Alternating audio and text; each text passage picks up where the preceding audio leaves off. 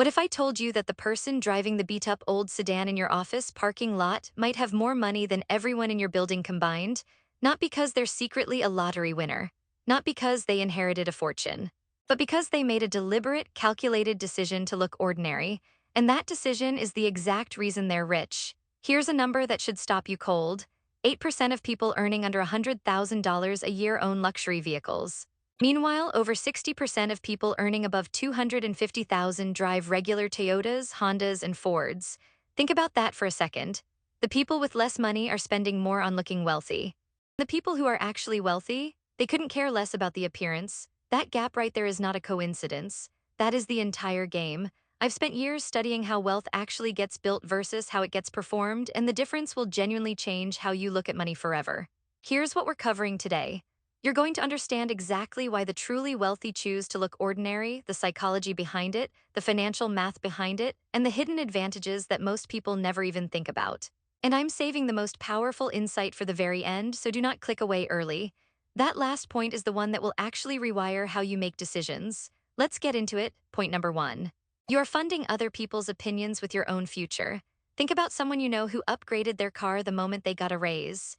New job, new salary, new lease on a BMW. Feels like a reward, right? Feels earned. But here's the brutal math nobody talks about. The difference between buying a $30,000 car versus an $80,000 car, if you invest that $50,000 gap at 7% annual returns over 25 years, turns into roughly $270,000. That's the price tag of looking successful. That's what one car purchase costs you in real generational wealth. Every status symbol you buy has an opportunity cost measured in decades of compounding. You're not buying a car. You're selling your future to rent somebody else's approval for a weekend. Actionable takeaway here: before any major purchase, ask yourself one question. Am I buying this because it improves my life or because it changes how someone else sees me? That single filter will save you more money than any budget spreadsheet, but the car is just the surface. Let's talk about something deeper. Point number two. The display game is a trap specifically designed for people like you. Researchers Thomas Stanley and William Danko spent decades studying actual millionaires across America, and their findings were shocking. 80% of millionaires are first-generation wealthy. They built it themselves. Half of them have lived in the same house for over 20 years. They drive Fords. They clip coupons. They are invisible. Meanwhile, high-income professionals in demanding, prestigious careers, doctors, lawyers, consultants, they are statistically more likely to look wealthy and actually be financially fragile. Why? Because they fell for what researchers call the better-than theory. Every purchase becomes a competition. Better car than the neighbor, better watch than the colleague, better vacation than the sibling. And this spending pattern has a name in financial research. They're called million-dollar choices because if those choices hadn't been made, the person would literally have over $1 million sitting in investments right now. Takeaway. High income does not equal wealth, behavior equals wealth. A janitor with disciplined savings habits can outaccumulate a doctor with lifestyle inflation. Income is the raw material. What you do with it is the actual game. Point number three, looking wealthy literally makes you a target. This one surprises people. According to research from Javelin, cybercriminals targeted high net worth individuals at a rate significantly higher than the general public.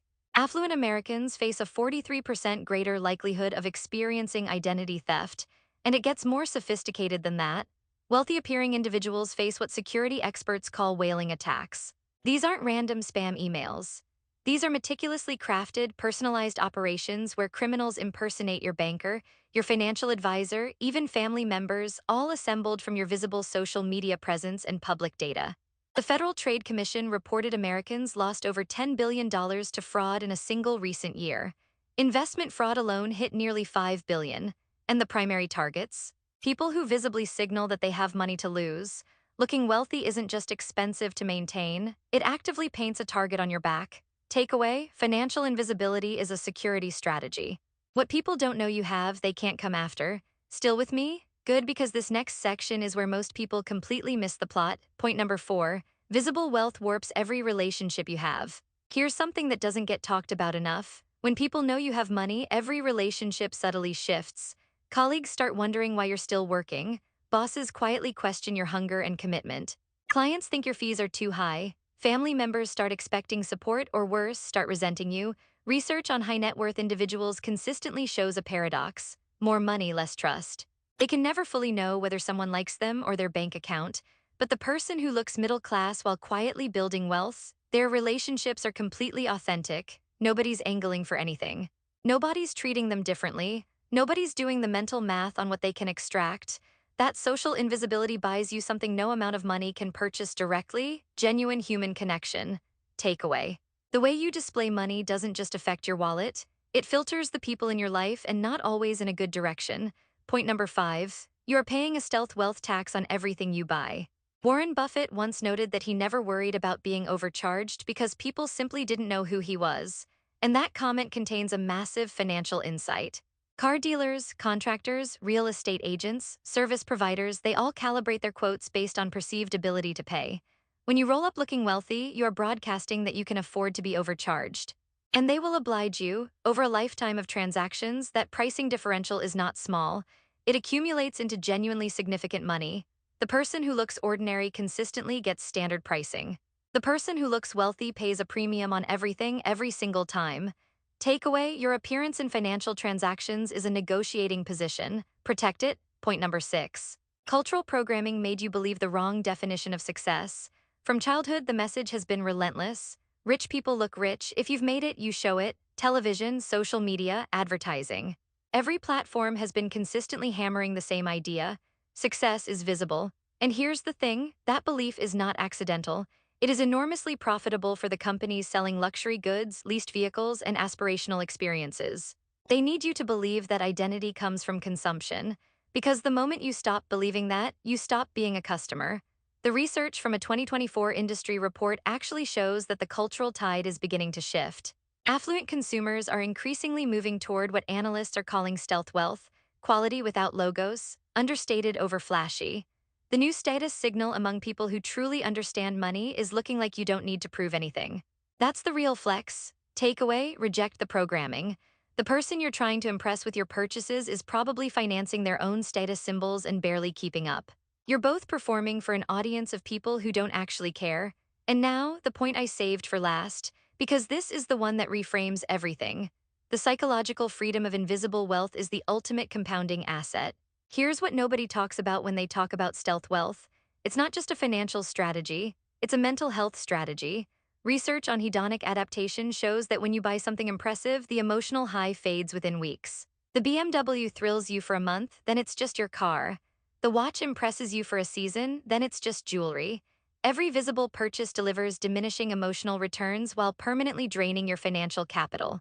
But invisible wealth, a quietly growing net worth, a retirement account adding zeros, an emergency fund that means nothing can truly derail you, that security does not adapt away. It stays, it compounds. It fundamentally changes how you move through the world. Decisions stop being driven by fear. You stop taking jobs you hate because you need the paycheck. You stop tolerating situations because you feel trapped. You stop losing sleep over what ifs. The quietly wealthy person has already bought the one thing that money was always supposed to buy, and it was never a car, it was freedom. The visible spender has memories of nice things. The invisible wealth builder has options, both made choices.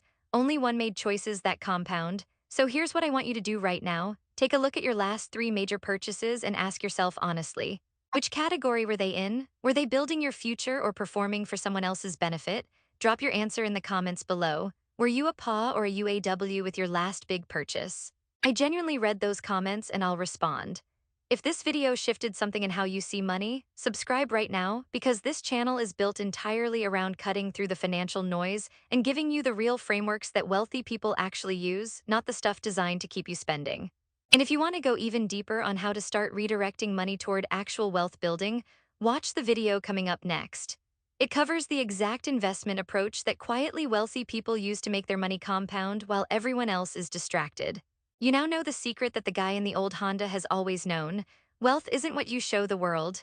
Wealth is the freedom you've built when nobody was watching. Go build yours.